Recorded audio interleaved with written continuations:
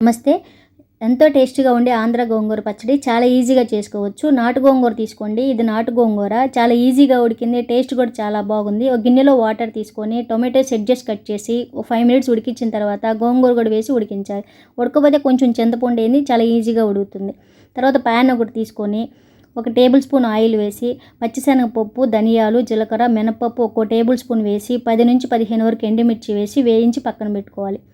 జారు ఒకటి తీసుకొని వేయించుకుని వేసి ముందుగా ఉడకబెట్టుకున్న టమాటోలు, సరిపడినంత సాల్టు, అల్లం, చిన్నులపాయలు వేసి మిక్సీ పట్టుకొని చల్లార్చుకున్న గోంగూర వేసి ఎక్కువ పేస్ట్ చేయకండి, క్రష్ చేయండి. ఫైనల్గా కొంచెం జీలకర్ర వేయండి, టేస్ట్ సూపర్ ఉంటుంది.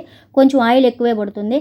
తిరగమాత గింజలు వేసి ఎండుమిరపకాయలు, కరివేపాకు వేసి వేగిన తర్వాత మనం ఏదైతే మిక్సీ పట్టుకున్నామో గోంగూర పచ్చడి వేసి కొంచెం సేపు కలయబెట్టిన తర్వాత ఫైనల్ టచ్ అండి. ఎంత ఎక్సలెంట్గా ఉంటాయో ఈ పచ్చి ఆనియన్స్ కనుక పంటికి తగులుతూ ఉంటే మీ ఇష్టం ఎన్నైనా వేసుకోవచ్చు. నేను 1 కప్పు వేసాను.